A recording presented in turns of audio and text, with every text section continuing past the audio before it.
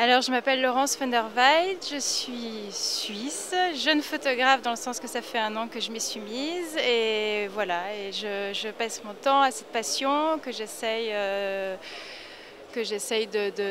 laquelle j'essaye de vivre et développer et faire ce que j'aime. Je me suis à un moment donné rendu compte que j'étais pas en train de faire ce que j'aimais, que le temps filait et j'avais peur de me retrouver à la fin de ma vie en me disant merde, j'ai pas fait ce que je voulais faire. Et j'ai toujours été très attirée par les personnes âgées parce que quelque part elles ont un peu leur vie derrière elles sont un peu sur la dernière ligne droite. Et j'avais envie d'aller à leur rencontre et de pouvoir voir comment elles vivaient ça, comment elles vivaient leurs souvenirs, comment elles vivaient comment elles vivaient avec leurs souvenirs. Et du coup, je savais aussi que j'allais pas pouvoir rentrer dans une maison de retraite et juste rentrer en contact avec ces personnes, prendre la photo et partir. J'avais aussi envie de m'impliquer personnellement et de passer du temps avec ces personnes et vraiment voir ce que c'était.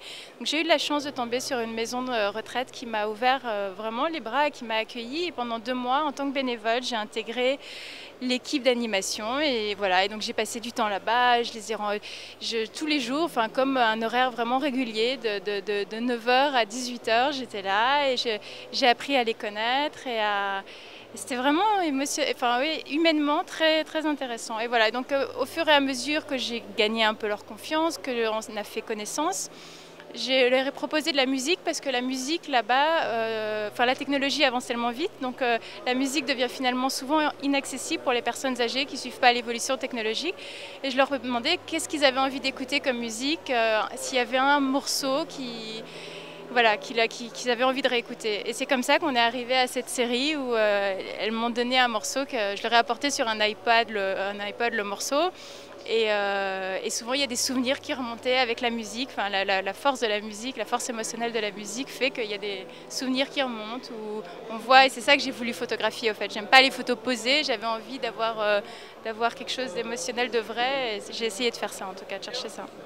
J'ai amené les choses de façon que d'abord je parle de musique et par la suite je dis bon, je vais prendre une photo, mais je ne l'ai pas mis en premier plan, c'est vraiment la musique qui était en premier plan et pas la photo parce que je ne voulais pas qu'ils soient intimidés par la photo. Je voulais que ce soit vraiment la musique qui soit en premier plan et qui m'oublie parce que c'était très important qu'ils m'oublient. Donc après voilà, on a passé, je sais pas moi, ça passait entre une demi-heure et 1 heure ou 1 heure et demie et à un moment donné ils partent et puis après ils reviennent et puis ils repartent parce que ça leur touche voilà. J'ai fait une première exposition tout de suite après, quelques mois après, là-bas dans la maison de retraite, mais sans les textes. Alors là, on ne voit pas les textes non plus, mais normalement, il y a des textes.